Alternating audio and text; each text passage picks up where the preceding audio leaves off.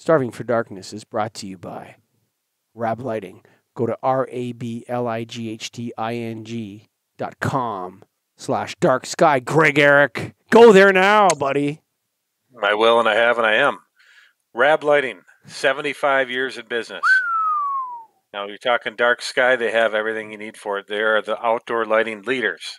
They've got floodlights, wall packs, area lights, canopy lights, roadway lights, decoratives, poles, landscape, anything on the exterior Rab has, and it's high quality and great product, and you see it everywhere. And in addition to that, they have the indoor covered too. They've got everything you need for the inside, lamps, fixtures, kits, everything. Recessed cans that are awesome.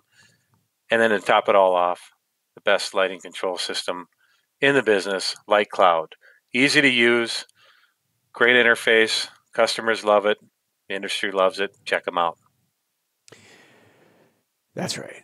You got to go to rablighting.com. That's rablighting.com// That's right, /dark sky. That's rablighting.com /dark sky. Right now, here comes Jane Slade, Starving for Darkness. Hello, Jane Slade. Hello, Michael Colligan. How are you? Doing well. So a lot of prep work going into this, and a lot of people getting behind it. I know that you've seen, and we're not going to say anything because it might not come to fruition by the time the show is launched, but this is the official first episode of the Starving for Darkness podcast. Yeah, it's pretty exciting. I'm nervous. I haven't been nervous like this in a long time. You know, I have this app on my phone. It's called Time Hop, and it reviews all your photos for you. And actually, it came up in 2016 was when I wrote the first Starving for Darkness presentation for a US GBC dinner. And at that time, it was a hunch, and I just kept following the hunch, and here we are today. So that was about 5 years exactly. What is GBC? US GBC, so they are the lead generators. They generate all the lead documentation for lead accredited buildings. Lead certified, sure. Yep. Yeah, it's time for a lot of those people to get on board with what we're talking about here. What does Starving for Darkness, what does it actually mean when you say that? There's when you say starving, what you're talking about is there's a hunger, a desire, a need. Why are we starving for darkness, Jane? Well, we're starving for it for multiple reasons, biologically, but I think also spiritually.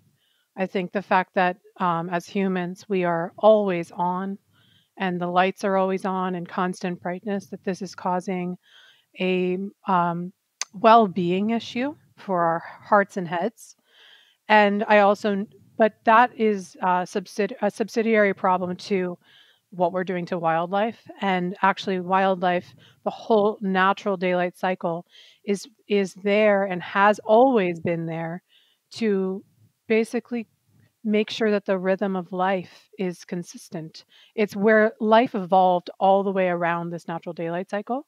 And so we have basically eradicated darkness at this point on the Earth, and you can see that from the satellite images. And those satellite images they can't see above 3,800 Kelvin or something like that too. Which, when you think about how ridiculous that is, and we'll get into that later in the show. But there's also the sense that you talked about the wildlife. We talk about well-being. The fact is that what we've done in the last 10 years in the name of environmentalism has made the problem worse by a magnitude, actually.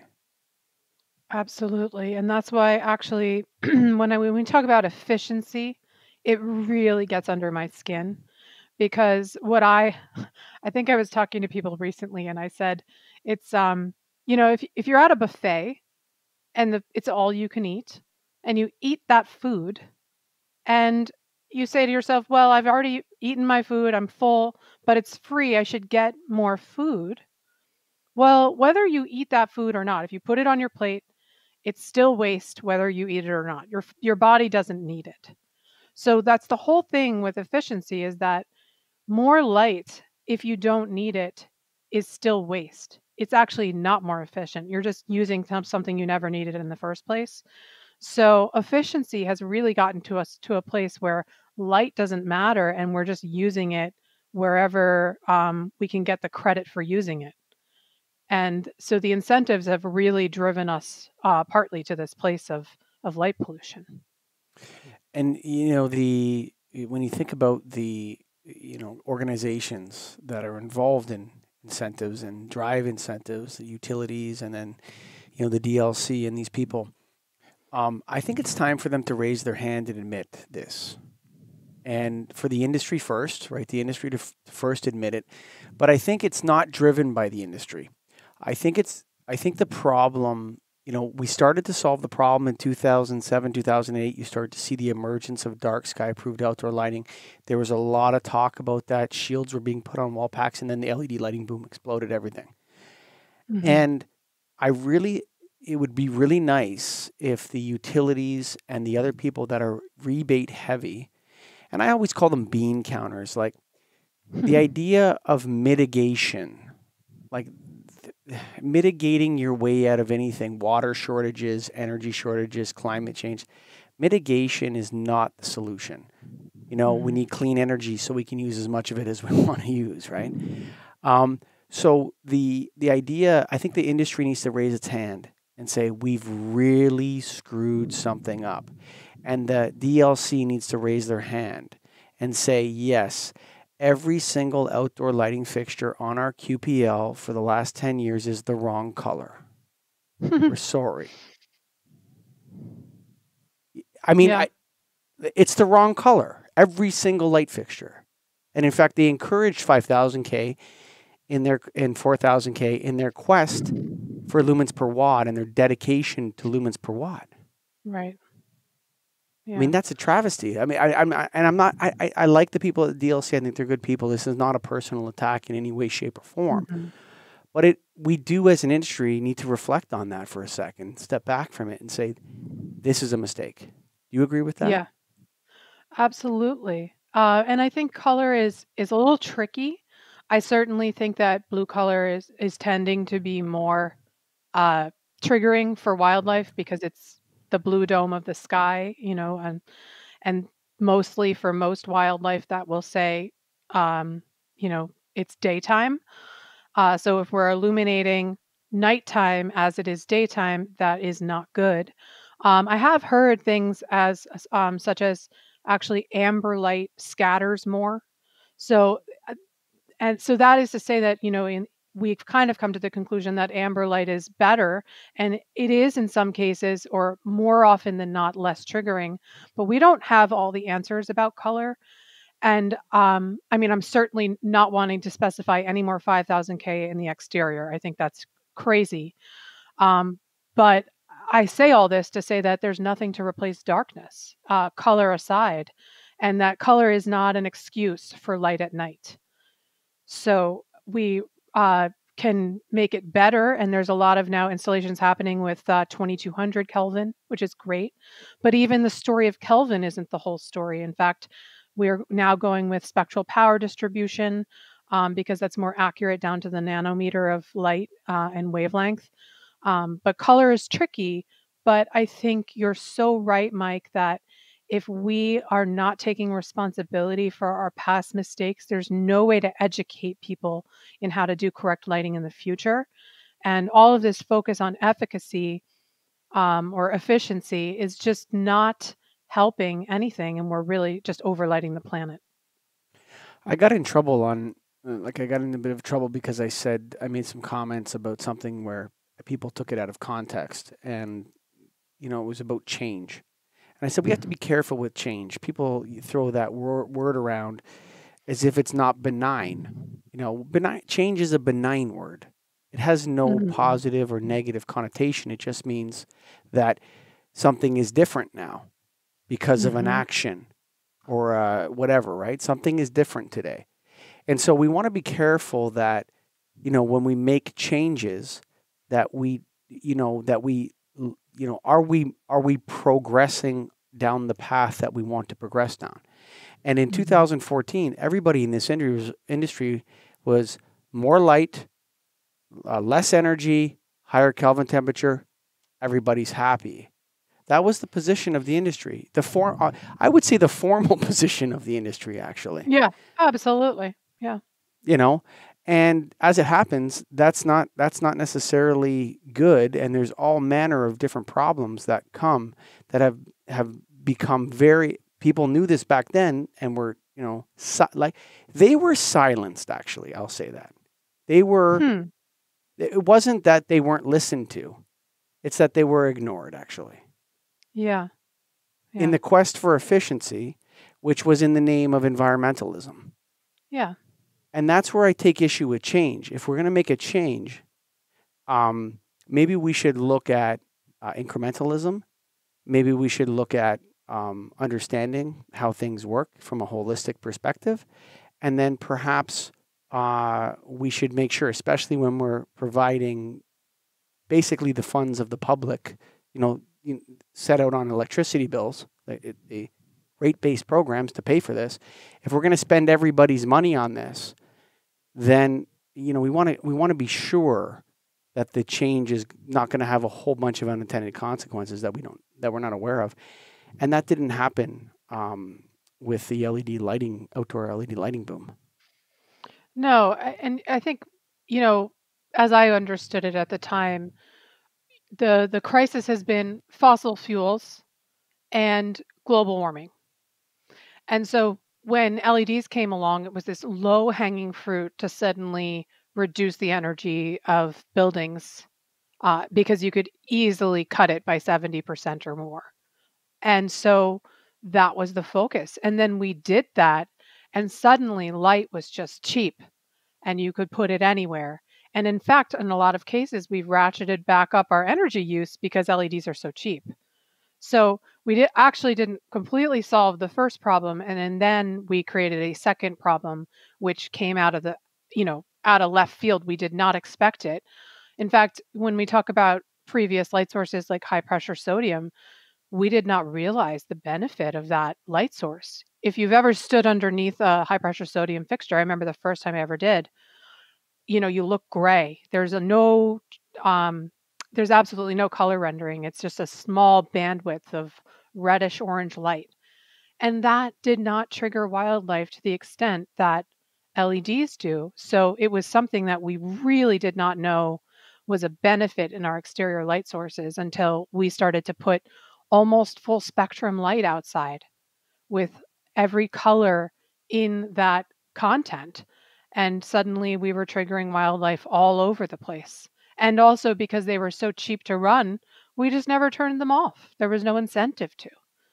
So LEDs really created a new problem that never really existed.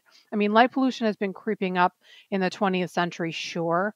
But when we got to LEDs, it was a completely different level. And that's that Jevons paradox, right? Where, it's a trap. It's a trap. You get into it, and the cheaper something becomes, the more of it you use. And that's the bottom line. And it's a paradox. It holds true. There's also something that, there's a hubris contrasted with naivete in this that strikes me as so, outside the lighting industry, people might be like, what are you talking about? The lights on the street lights, they're too white or they're too bright or something. But if you're in the industry, it's almost generational. Like, you could not have been more full of hubris and naive to have done what we did, actually, in the last 10 years. It's not possible. Let's change everything and let the public pay for it, and it's all going to be good. Like, that was the attitude. And I mean, listen, I'm Lady Macbeth, man. I'm there. It's hard to stop now, to be honest with you. Yeah. It really is. Well, there's this idea that's in all of our minds that we are separate from wildlife and that we sort of control the environment, and we are able to control it in such a way that is completely able to control our level of safety.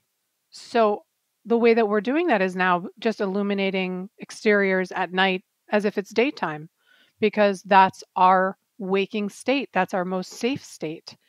So we have this idea that we can control our environment. And I had previously worked in a lot of advocacy around plastic, and it's that same fear-based thinking and control, which is that if something is wrapped in plastic, that it's clean and that nothing has accessed it. And so we've wrapped everything in plastic. We wrap plastic in plastic. So that same thinking of control got us to the plastic islands in our ocean. And now we have control, and we have basically daytime at night, every night. And that is hubris, that idea that we can control, because now what we're seeing is the more that we control, the more that we pollute, and then the more threat we pose to wildlife, which is threatening to humans and human survival. Well, let's call that the Slade paradox. All right. Sure. I want to get into safety and fear, but before I do, I Mm, want to go back to spirituality and biology, which is something you brought up. sure.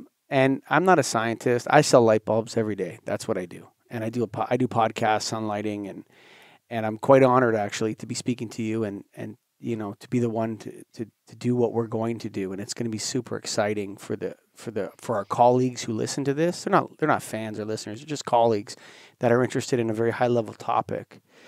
But to me, this separation of spirituality and biology is the problem in some senses. Mm, I don't see the distinction. I think spirituality is a biology we haven't discovered yet, actually.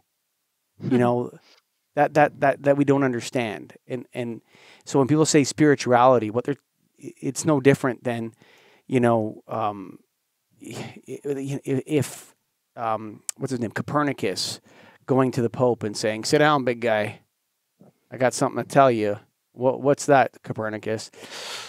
The sun does not revolve around the earth. The earth revolves around the sun. I know it doesn't look like that. So there's a moment in which I think, and then the separation of wildlife and us, like the life itself, in a way, whether you're a hard scientist or you're a deep spiritual person, the earth is like a womb. The whole mm, thing is alive, and absolutely.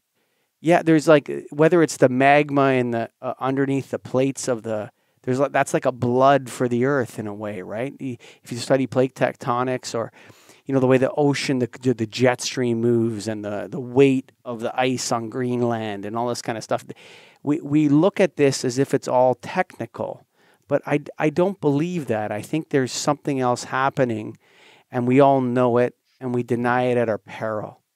And so when people say the spiritual side, I don't think there's a difference, but I think you need to say that, Jane, in order to, in a way, to get the things off people's eyes, like, see better, man. Like, if turtles are dying, and that's not, I don't care about turtles. Well, maybe you don't. Mm. Maybe you just don't know enough about how the world works.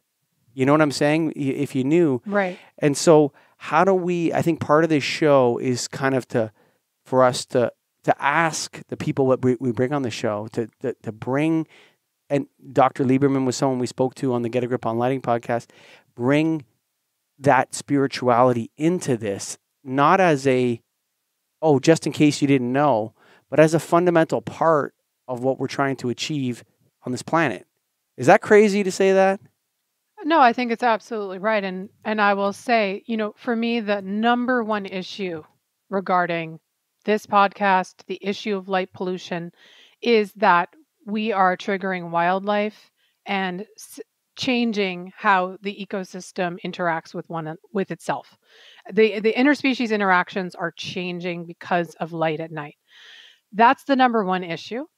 But historically speaking, wildlife and how wildlife is treated or impacted by human actions has not been enough to change the tides of industries. So it's not enough. And so therefore I do think it is very important that we focus on what are the human impacts. And something happens when you sit in a darkened room. The natural daylight cycle is a kind of therapy for us at all stages, all shades of light. And each time we interact with that, we entrain um, our body systems to be better in tune with the outside world. So when we lack the interaction with the natural daylight cycle, this has a huge impact on our well-being and how we feel. And so I do emphasize sometimes the human benefit of the natural daylight cycle, not only because I think it will incentivize individuals to care more about wildlife, but also I think it'll make them better designers and better people. Because I think that added space between your thoughts and having a little vantage by not having everything in constant brightness and illumination, instead of being in that bright space, being in a darkened room with candles, or watching the gradient of the sky change at dusk, or making sure that you get a lot of light on your skin in the morning to start your circadian clock. These tunings throughout the day can bring a lot of well-being and balance to a person. There's something about the darkness that we retreat to. Hmm. We hide in darkness too, right? There's like we're afraid of it, but it also protects us. Like it's a two-way street, right? Like as a Hmm. species, we'd have our fire, we'd sit around the fire, centuries and centuries ago as a tribes all over the world, and there'd be a fire. But the darkness protected us as much as it made us vulnerable, as long as we were together in the darkness. And that we lived in a certain way with each other where we were close to one another. And so the darkness was a time to be close. The darkness was a Hmm. time to be vulnerable. That Yeah. was and to make love and to and to cradle children and to be a community and to come back together again. Darkness was that time that happened. And during the Yeah. day, we all took off. We ran off and we would hunt and play and fish and, whatever, dry, strips of venison on racks or whatever it was. But at the dark time, we would come back together and be vulnerable and close and want to be protected. And that has been lost for Totally sure. lost. Totally lost. Doesn't happen for people. Nope. Not in a week does that happen for most people, to spend any time at all in darkness. You're And you absolutely right. and you wonder why like yoga is exploding. And I mean, my wife likes yoga. I mean, I like it. I used to do when my health club was open, they would have a power yoga, and I really found it refreshing and I enjoyed it. It was a different kind of exercise, and at the end, I really felt I could almost lucid dream because of Mhm. the way it worked. Yeah. It wasn't Hmm. Kundalini yoga, but it was like a power, like a real intense, like you'd sweat. I mean, at the end, when you Yeah. rested for 15 minutes, I could meditate way deeper after that than I could at any other time. But that's a retreat to the darkness. Like nobody does yoga under 5,000 K and 75-foot candles. No. No, they That's not a don't. In thing. fact, often they do it in candlelight. Yeah. Or dusk or dawn. It's a great time. Yeah. And yoga traditionally, when you talk about the Indian heritage, it's actually meant as a precursor to meditation. So it is meant to ready the mind for meditation. It's not it is a form of meditation, but it's really not the same meditation that they're really trying to talk about. So, So, I mean, I spent a lot of time I get up very early in the morning. So, I get up between 2 and 4. That's when I get up. wow, I'm up. that's early. But I go to bed at 8, 9 o'clock. So I sleep my 6, 7 hours. But then it's like this morning, I was up at 2 o'clock in the morning, just going, yeah, yeah, yeah, yeah. But that time is so quiet. It's dark. It's great for meditation and for reading and that. But, when you look at the most people's lives, Mm. what are they lacking? They're lacking human connection. They're lacking a routine. A lot of people can't sleep at night. They're not eating the right food, and all these they haven't seen the stars maybe in their entire life. They haven't seen the Milky Way. Now, as a Canadian, we have a lot of dark spots, just not that far north of us. Like not for that, you can get there. It's not that far. Northern Canada is basically a dark sky preserve, the whole thing, you know. So maybe I took it for granted that I've seen the Northern Lights many times in my life, that I've seen the Milky Way blow your mind away. Like why they call it the Milky Way. I know why. Like I know why they call it that. Like if you see it like legit, 3:00 in the morning, maybe you've had too many beers, but you're up and you're looking up that's incredible actually. So, but there's people that will never, there's people that have lived their entire life and not seen it actually. And that's a problem not only for the individual, but it's also a problem for the dark sky movement, which for the most part has taken on the title of the movement. Yes, we talk about light pollution within the dark sky movement, but for most people, they don't know what they're missing when you're talking about dark skies. So as a term, it does not galvanize the movement. People can live without that. And in fact, light pollution has entered our life far earlier than the loss of the dark sky. In fact, that's the last thing we've lost. The first thing is the fact that my mind is in constant brightness with constant to-do lists and activities from the moment I wake up and turn the light on to the moment I go to bed and turn the bedside lamp off. And that is the light pollution that we as humans are suffering, which is that we're never getting that restorative time of darkness. And I think that the natural daylight during the day is a time to look out on the horizon. But when we retreat and we come home, it's a time to kind of look for that horizon within and see what is your guidepost inside and where are you headed. And without that time for reflection, we're just basically our actions are being mandated by whatever we wrote last on the list. And that's not enough reflection. So I think that the darkness would give us a really much better, important time to really regard our own thoughts and actions with a little more clarity and vantage. We've seen the power of fear to control people in the last year, more than I've ever seen in my life. The power of fear. And we've seen our leaders fumble around trying to control things. You understand what I mean? And I'm talking about COVID-19, and I'm not going to get into that deeply. I'm going to use it as an example. And when people try to control things that they can't see or they don't know what's happening, they look a little bit ridiculous, actually. Like if you were to, in 100 years, when people go back and they're gonna play back Doug Ford's speech on COVID-19 in May 22nd, 2020, or Gavin Newsom or Lori Lightfoot or Andrew Cuomo, they're gonna be like, man, that guy was blind. He couldn't see He couldn't see. He was so deep into this control and fear and safety mindset. We have to do something. We don't know what to do, but show them that we're doing something. And it's like a frenzy. There's a frenzy to it. That's like, and then that they're up late at night thinking about it, that you can see how tired these people are. And God love them, man. It's a tough job. I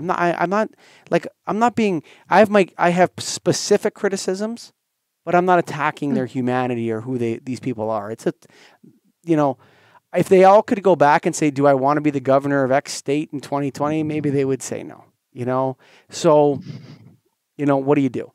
But that said, the frenzy and the control and the fear. Yeah. I think that's what we need to address. There's like a frenzy to this. It's like we need more light. Oh, the insurance company says I need more light. Oh, this needs to be more light. Oh, no, we need to shine it. Oh, but there's nobody there at night. We just need to shine it there anyway. But there's nobody there. Yes, there's actually a tree there, and there's animals living in the forest over there. And, how would you like it if somebody shined that in your bedroom when you were trying to sleep? Right. And there's the frenzy and the denial of consequences has become so obvious to me, and that it has its own momentum. And what Jane Slade is saying, and when I listen to with the phrase "starving for darkness," is saying like, Mhm. you are absolutely denying yourself the lifeblood of, we're denying the world the lifeblood of darkness, the retreat, the Yes. time, in a Yeah. frenzy of control and fear and safety. You know what I'm saying? Right. Absolutely. And there's unbounded industry. We have all this emphasis on 24-hour customer support, and that industry should always be trying to go for the market share and never to let up on that. And Mm. so we've turned this into, a race for who can sleep less and who can work more hours in the day. And so, this has really led to the issues on our planet. The planet does not need me to have 3 jobs. And I'll be honest, at times I have had that many jobs doing Sure. different things. So the planet does not need that. In fact, the planet needs less human activity, less human industry. So that's why light at night and is really stopping us. It's just stopping us from finding any type of balance because we're just always working and really churning the gears of industry. We don't need 24-hour customer support for every last product. What we need is emergency support, sure, but we don't need to be grabbing market share at 1 a.m. for products that are not about life saving.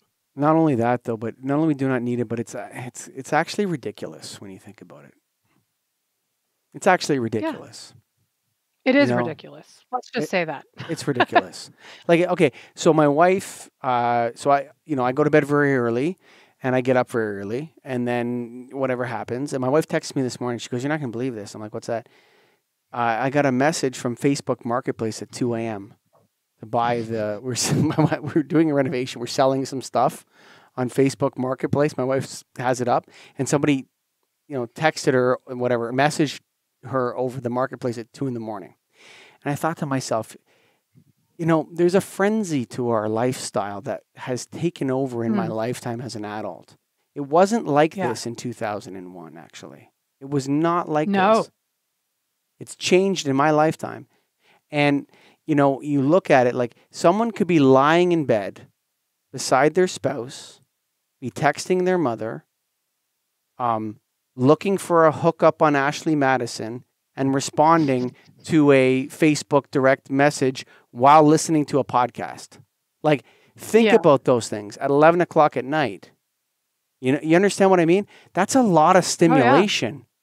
That's a Right. lot of stimulation, and it's coming at you via light from your cell phone, right? Like Yep. blue light from your cell phone is looking up at you and grabbing you and saying, have this affair. And while you're lying beside, text your mom wants you to text her, and you need to sell this thing on social media. And your boss just sent you an email at 11 o'clock at night. And I'm listening to Joe Rogan Experience or something, whatever it is. That's a lot of shit firing at 11 o'clock at night or whatever, right? I don't know. Yeah. Can we get out of this? Yeah. And I think people want to. I think ultimately, if we can bring the natural daylight cycle back into people's lives, have a little more time for disconnection from devices, light, uh, information, uh, that people will be happier for it. And if we can just get people to open up to this idea a little bit, I think the rest of the work will be done, which is that people want candlelit dinners. They want to walk at dusk. They want to turn this information off, but they have nothing to turn it off to yet. And I think if we can remind people that there are activities that are not based in device or in light, that there are many, many different ways to build human connection and meaning in the lower shades of light. I think the number one enemy that is like an appetite suppressant for starving for darkness is the safety argument. Yeah, it's the worst. Yeah. Because there actually is times when it is safer to have more light. Like, we have to acknowledge that. Absolutely. Yep. Sometimes people come along and they say, "No, that's ridiculous," and it's like, well, I don't know. I mean, there are times, like the reason there's a light there and while we're debating the lower television temperature and the lower this is because humans kind of want that light to be there because it Right. does do something, right? So Yeah. I don't buy into the idea that, that's a ridiculous thing to say. But I have to be honest with you and say that safety is not a virtue. We have to accept a certain amount of risk in order to live a meaningful life. Like Hmm. we can't, like you cannot, like you talked about plastic. If you wrapped yourself in a plastic bubble, you're going to die. Right. That's not actually safe. And whenever, how do we conquer the idea of more light is safe when it actually does damage? How do we get that out there to people? It's a really the issue is that I can explain it to anyone. And I feel that it's a legitimate way of explaining it, but it would take about 15 minutes, and nobody has that to give. Of saying, well, the adaptation of the eye, when you over adapt the eye to brightness, then you can no longer see obstacles, or maybe a person hiding in the bush, that you really want to create safe lighting through contrast, as well as general dimmer light that the eye can adjust to, where then you still allow a little space for darkness. And so there are strategies that need to get out there to the public, that we could educate about. But it's just the problem is it's not intuitive and it takes time. And I do a ton of education on the topic in my work. In fact, I give the talk Starving for Darkness and Wildlife as Form Giver. I give these two talks on a weekly basis. And for the most part, I will tell you that I give this talk to designers, architects, engineers, and this information is very new to them. And they're in the business of design. So, let alone people who aren't even in the design industry, it's not common knowledge yet.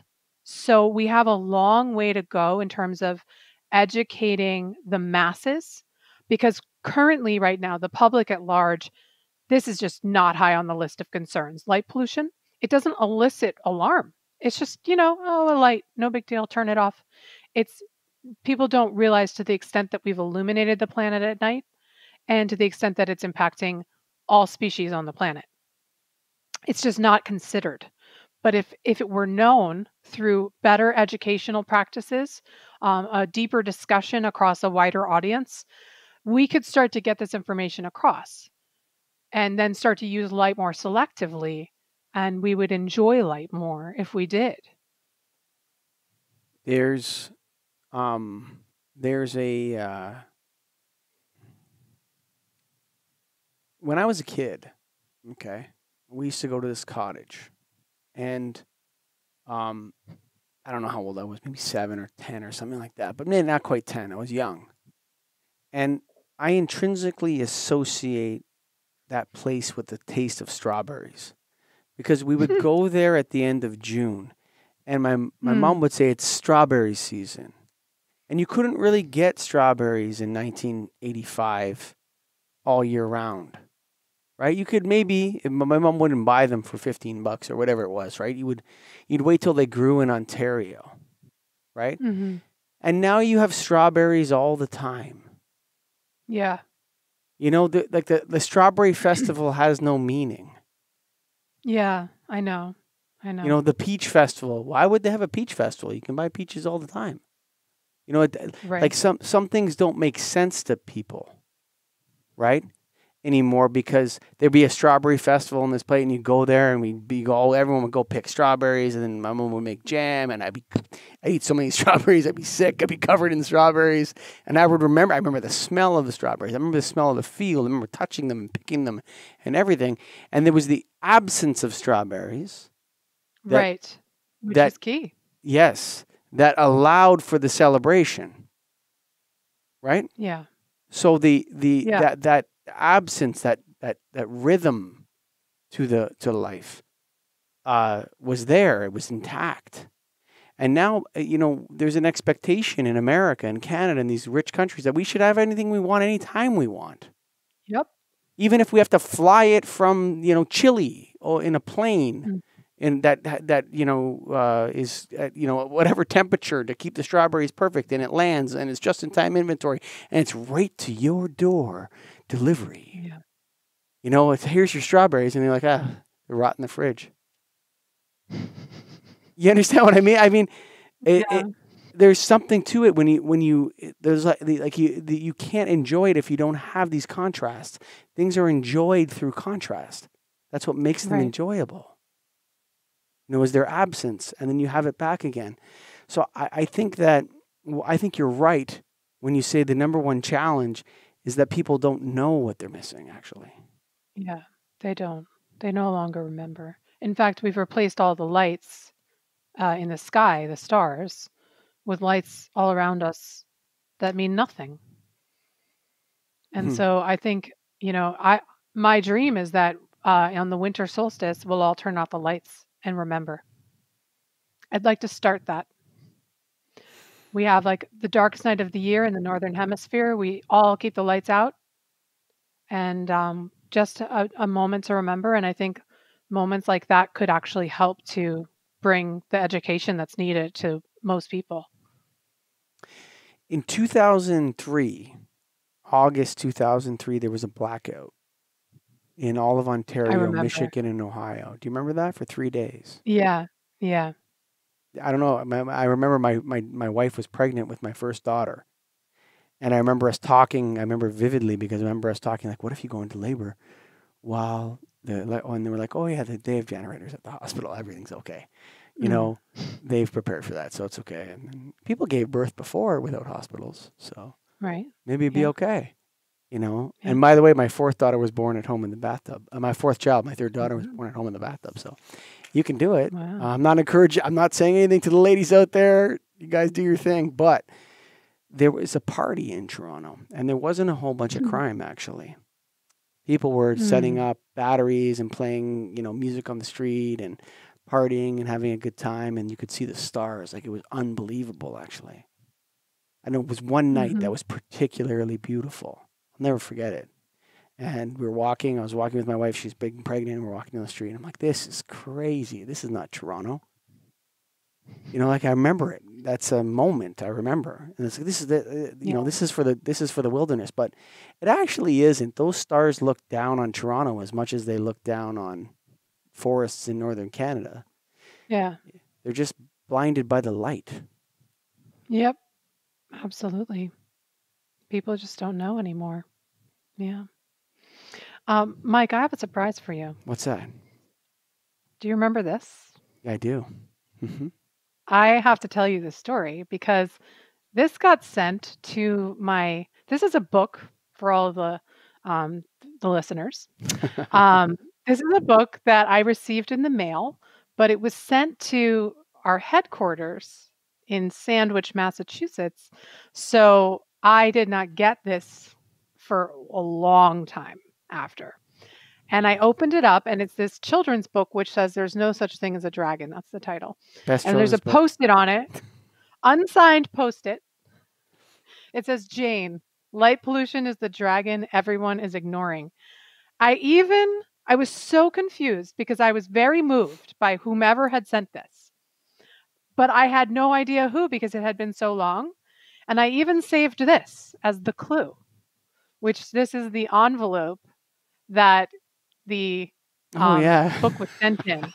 Because I was like, I'm going to figure out who sent this to me one day or another. So a couple weeks ago, I dug up our original interview, which was done at the IES 2019 conference in Louisville, Kentucky. Hmm. And that's where we met. And that's, really what sparked all of this here and now. And I listened to that interview another time and you mentioned the book. And I finally put two and two together that you were the person who sent me that book. And so thank you finally once and for all for sending me this book. This has been on my desk for months trying to figure out who gave me this. Because I thought whoever did this really understands what I'm trying to convey here. And so thank you. Thank you for hearing my message. Well, you had a big impact on me when I met you right away, and we've talked about it before. It was just like there was like a 2 stars collide in terms of I don't know, intellectually or maybe intellectually, not like true intellect, not intelligence, but intellect collided with Yeah. each other, and Yeah. there was a bit of an explosion there. But I remember reading that book when I was a kid. There's no such thing as a dragon, and you there we live that way so often, and you can't kill all the dragons, you can't get rid of them. But in that book, when the dragon is literally running away with their house, like Hmm. how many times has that happened in people's lives, right? Where Yeah. you're in a marriage and you're not dealing with the issues. Somebody's pretending the alcoholism doesn't exist or the depression doesn't exist, right? Or the dark sky Right. problem is not real. That's not real pollution. That's a metaphor. No, it's not. It's pollution. Period. End of the story, right? And people pretend like they can't see the dragon, and then the dragon starts eating their breakfast. You know what I'm Hmm. saying? Hmm. It's such a Yeah. wonderful, wonderful. Like I can't even remember the name of the author off the top of my head, but I always felt like that story is so true. And then as soon as you say, "Yeah, I believe in dragons," all of a sudden the dragon shrinks, right? And then you say, Hmm. "I believe," and the dragon shrinks down. And then maybe you still have a dragon, but it's a manageable size dragon, right? Right. Because you're addressing the problem. So the first Yeah. thing, oh, that's such a wonderful surprise. It's hilarious. I often forget to sign things, eh? I expect I had people to no clue. intrinsically know. I know. I know. It happens to me all the time. Yeah. Yeah. Happens I to me I all the mean, I time. was like, this person really cares, and I appreciated it so much, but I'm like, I don't know who that was. And then you see the little Yeah. address on there, right? Okay. I tried looking up the address. I mean, I did a little gumshoes work, but I wasn't able to figure it out. So, Well, yeah. that's the first episode of Starving for Darkness, Jane. Yep. I Yeah. look forward to this. I think it's going to be, I think we're going to go on a really special journey here. And as you've seen from what the work we've been doing and folks listening to this, hopefully that work has come to fruition. But we're trying to get a lot of people on board with this initiative. And Hmm. we hope that Starving for Darkness is the start. It's a place to Yeah. start. Yeah. And if people know, we already know how to solve it. It's Mm. just that people don't know. Mhm. So, by speaking about it and speaking to people and connecting people on the topic, I hope that awareness is enough to get people to flick off the light. Jane, this is the first one. We're going to do 2 in the first month of February and then 1 a week after that. So I'll talk to you soon. Sounds good. We're hungry for darkness. We're starving for darkness. That's what the show's about. It's brought to you by our friends at Rab Lighting. Go to RABLIGHTING/dark sky, Greg. That's right. And they're going to satisfy your hunger because they've got all the fixtures you need Ooh. to make it dark sky compliant. They've been committed to the issue for years. They've been around for 75 years. Absolutely. Every fixture you can imagine on the exterior, Rab has, and probably the best one out there in every category. And they have the interior covered. Lamps, fixtures, retrofit kits, recessed cans, everything. So Rab's a complete lighting company. They're committed to dark sky. They've been around for 75 years, and they have the best control system in the game. Yeah. Light cloud. Ooh. Everything can be controlled remotely from the light cloud. What a good name. What a good product. They got it all covered. Like whoever came up with that name is a marketing genius, actually. Light cloud. That's exactly what it is. It's a cloud, and it's the heart of the dark sky movement. Light cloud. Which is why you got to go to RABLIGHTING.com/dark sky. Go there right now, folks, because we're all hungry. We're all starving. It's time. This is an environmental movement that we know how to fix. We know what to do. We just got to bring that light cloud in. Yeah. RABLIGHTING.com/dark sky. And if you've made it this far already, I know I speak on behalf of myself and Jane and Greg and everybody at Get a Grip Management, Get a Grip Studios, the producer, Scott Wachter, and the producer, Scott Griffin. Yeah, there's 2 Scotts. And Bree in the office. Folks, all our colleagues listening to this, Nothing but love for you. Bye for now.